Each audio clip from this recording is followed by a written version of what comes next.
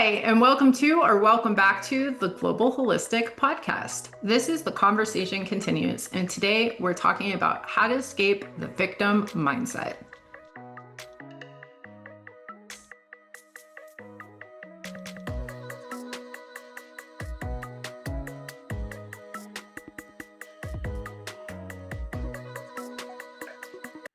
Okay, so when we're talking about escaping the victim mindset, either you may have been there before or you may know somebody who does this, but it's really hard to get out of that trap of blaming others for conflict in your life, for things going wrong.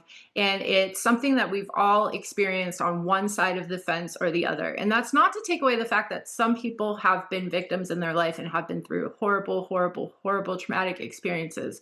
We're not talking about that today. Today, we're talking about those kind of minor offenses that seem to compile up over time and how that impacts your belief system and how to break that blame victim game mindset. So let's kick it off. What are your thoughts on this? Well, I think that I'll speak right now personally. One of the most important shifts I had in my own life was learning how to take responsibility for every part of my life, for my own happiness, for problematic relationships, you know, how I was showing up, basically. And as a coach, I feel that to pay it forward, the best gift I can offer my clients is to help them understand that taking responsibility for every part of your life, for all your relationships, is one of the greatest gifts you'll give to yourself.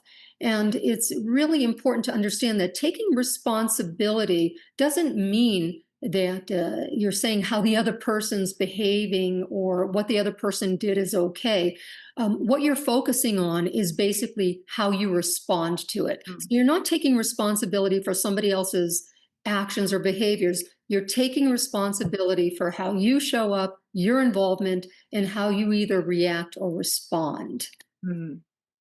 Yeah, that's so important to shift that mindset because it is really hard to take accountability, and it has become somewhat cultural in thinking that if we, take responsibility for our side of things, we're saying that the other person's behavior is okay, or we were minimizing the impact that the experience had on us emotionally. Where I love what you're saying about if we shift our perspective, then we can come into a place of power actually, because by taking on our side of things, it is really hard because our ego is playing defense and our ego wants to kind of prove to the other person that we're in the right. So being able to stand up to that ego can be immensely powerful.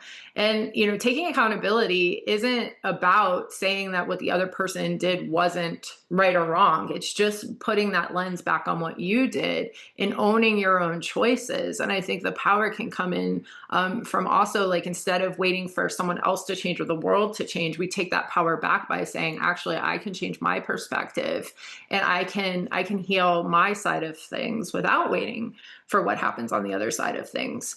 And I do want to say too that I've noticed that it's not just about being a victim in terms of what's going on. I hear a lot how to escape the like I have bad luck mindset. So I think that goes into this too, a little bit of our belief systems about what we believe is happening to us and why. And think about behind the scenes of that. I have bad luck is giving your power away. It's saying I'm not in control of what's going to happen to me.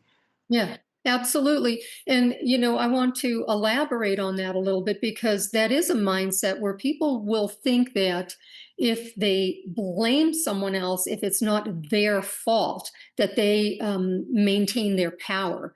But Mm. actually, as soon as you're blaming someone else, as soon as you're putting the issue out there, you're actually giving your power away. So it's the opposite of how the ego mind will have you think. And when we actually take responsibility, what we're doing is keeping the ball in our court. Because Mm. if the problem is out there, there's nothing you can do about it. But if the issue or the challenge is something that you participated in, well, then there's something you can do to heal it. There's something that you can do to Mm. change it or fix it. So I just want to reiterate that taking accountability, that recognizing how you're showing up, that's actually standing in your power, not giving it away. Mhm. Yeah, It's ironic, right? Because we think that playing the victim protects us, but it actually keeps us stuck in the past and it keeps us exactly. stuck in our own harmful Yeah. feelings. Yes. And, when we talk about taking accountability, there's that part of self-reflection, and when we get through that process, another empowering aspect of this work can be making amends when it's appropriate. Making amends is a huge part of the 12-step program, for example, and that's looking at your behaviors, your choices, sometimes your words, where you could have done better, and owning it, and then asking yourself, is there something I need to do on the other end of this to make it right? And sometimes it can be as small as just acknowledging it to somebody like, hey, I'm so sorry the other day when my tone was off. I had a lot going on and that doesn't excuse my tone. And I didn't mean to put it on you. I just apologize. I really value our relationship. Something like as small as an apology can feel really, really good when we're thinking about the side of making amends. I love that so much. And yes, apologizing, in my opinion, is a gift you give yourself.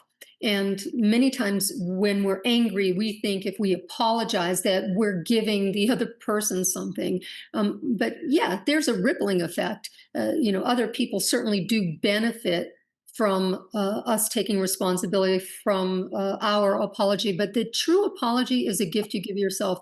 And in fact, you know, as I have learned, as I've expanded my own awareness, I've come to a place where I have compassion for anyone who can't or won't apologize because I feel like you don't even understand the freedom that you would be enjoying yourself. There's so many different sayings, but one that comes to mind is imagine a poisonous snake comes out of the jungle and bites you and puts all its venom inside you.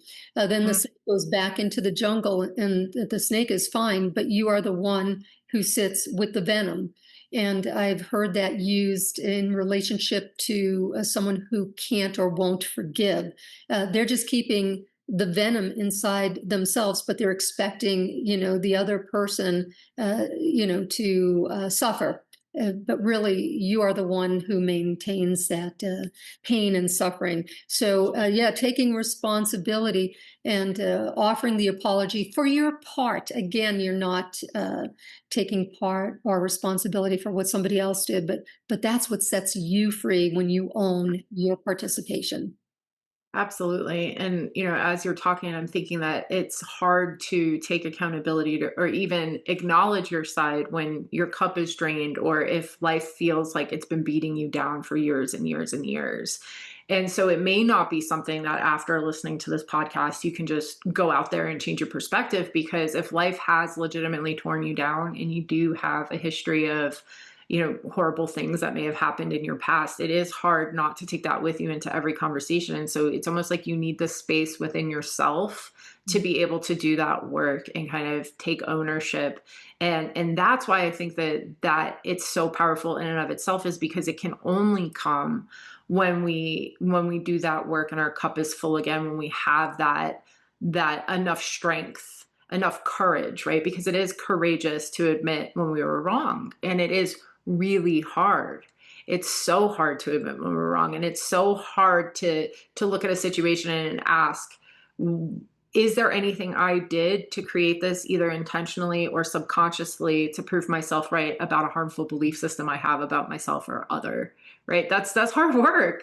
It's really hard work. So hard. And I think that, so many people, unfortunately, will go through their whole lives without even becoming aware that they're in a victim mindset. The poor me, this always happens to me. It's everybody else's fault. It's life's fault. It's the situation's fault. And again, it can lead to us feeling powerless. And Mhm. when we're in those situations, sometimes we are powerless because we gave our power away. Mhm. So, look, there's not a whole lot we have control over in this lifetime. In fact, it's a tiny bit that we actually have control over. So, let's not give that tiny bit of control away. Let's actually start looking within and seeing where, maybe we could have said the same thing differently. Uh, Mm. or shown up differently. And, I just want to offer this was, in my early days, I had a teacher that offered this exercise where you had to put I in any place that you would be using the other person's name. So Mhm. let's say, Susie was yelling and she wasn't listening to me. I would have to say, I was yelling and I wasn't listening. And Yeah. remember having so much resistance to that because it'd be like, no, no, but you don't understand. It is them or it was them. No, for the exercise sake, you just Yeah. turn it around. Because even if it's not in that particular moment or in that circumstance, there's other parts in your life where, look at, we all take turns sitting in that seat. And that's part of self awareness. That's part of, looking within. Not easy, Gina, as you said, not easy. Yeah. So very Yeah. wild. Yeah, and I love that exercise, and I want to add to that, and this comes from Landmark and Mankind Project use that too, but also not only when you're talking about the other person, but we have in our the way we talk about our feelings, a lot of people will say, "You do this" or "You do that" when describing their own emotions. Like Yeah. they'll say, "You know how it's hard when you have a really hard day at work," and so the exercise is to always bring it back to I when you're trying to generalize feelings to the population. I always have a hard time after I have a stressful day at work. So that can be really powerful. And then, you may be asking yourself, okay, well, this is a lot, where do I start? And, something simple you can start with is just asking in any situation that is bringing up let's say unpleasant feelings inside. Maybe there's conflict going on, or maybe you're feeling a certain kind of way in a relationship. Ask yourself what part of it you can own. And when you ask yourself what part of it I can own, that's also stepping into, there are some times when we need to set boundaries with people and we need to leave relationships. And sometimes what part of this I can own might be leaving a harmful relationship or making a different choice, or maybe not, spending the same amount of time with this person, or talking to this person in this way. So it doesn't necessarily mean you have to stay in a relationship or you have to stay in a situation. Sometimes the power is in taking the accountability that you haven't taken the steps you need to set healthy boundaries. And we will be doing a great boundaries workshop October 8th. So shameless plug, but boundaries is an important part of this work too. And then when you get through the what part of this can I own, ask yourself if there's any amends that you need to make on your side. Even if it's a situation where you get to, the accountability is I stayed too long in an unhealthy relationship, there's still things that happen there that you may need to make amends with. And then after you go through the amends step, asking yourself how you can move forward with integrity and try to not repeat the patterns, because we do tend to repeat patterns in our life until we kind of figure out what's going on behind the patterns. So those are kind of three questions you might start with. What part of this can I own? What amends, if any, do I need to make? And how can I move forward with integrity um, after the situation is resolved? Yeah, awesome. And I'm sitting here thinking, okay, I'm going to end with this. I'm going to share what I heard from Dr. Wayne Dyer. And I'm not sure, Gina, you'll probably know where he got it from, but it's just real quick. He talks about five chapters. So this woman, she's walking down the street and there's a big ditch. She doesn't see it. So she walks and she falls right in, goes all the way to the bottom. She's super upset. She's angry. Why was that ditch here? This is ridiculous. This is not my fault. Takes her forever to get out. Chapter 2, same woman, same street, same ditch. She walks right into it, falls all the way down. She's just even more pissed. She's so angry. I can't believe this ditch wasn't fixed. It should have been fixed. This is ridiculous. It's not my fault. Takes her forever to get out. Chapter 3, same woman, same ditch. She walks right toward it. She sees it, walks right in, falls all the way down to the bottom. This time she says, wow, I've been here before. This ditch was here. I knew it was here. This is all me. She gets right out. Chapter 4, same woman, same street, same ditch. This time she walks around it. Chapter 5, same woman, she decides to take a different road. So I love that. It stuck with me for years. And it just shows how, when we take responsibility, this is me. I knew better. She got right out. Yeah. And what I did, after I heard that, I would start to relate, okay, whatever situation I was in, what chapter am I in? Am I Yeah. blame victim game, or am I in chapter 3 or 4, or am I taking a different road? So it's a lot Yeah. of fun. I hope that's useful for you as well. Yeah. Absolutely, and I think the author is Portia Nelson, but I will fact check that and put it Yeah. in the description if it's not Portia Nelson. But it's also important to, when taking accountability, to kind of go through that mindset too of like, these are the same steps I keep taking. That's part of my Yeah. accountability. I keep hitting my head Right. against the wall. I keep choosing to go on dates like this. I keep taking jobs where they undervalue me. Those kind of things too. So I love that. What a wonderful story to end with today. So thank you guys for joining the conversation today. And as always, the conversation will continue next week. If you have any questions, you can email us at globalholisticcoaching@gmail.com. And if you're interested in learning more about us or the work that we do or any of the upcoming courses that we're offering, you can check out our website at www.globalholisticwellness.com. And also, we love to hear from you. So if there's something going on in your life where you have had a hard time with either yourself escaping the victim game, or someone that you love, or a relationship that's challenging, tell us how you got through it. We love hearing from you guys. Love to hear from you. See you next time. See you next team.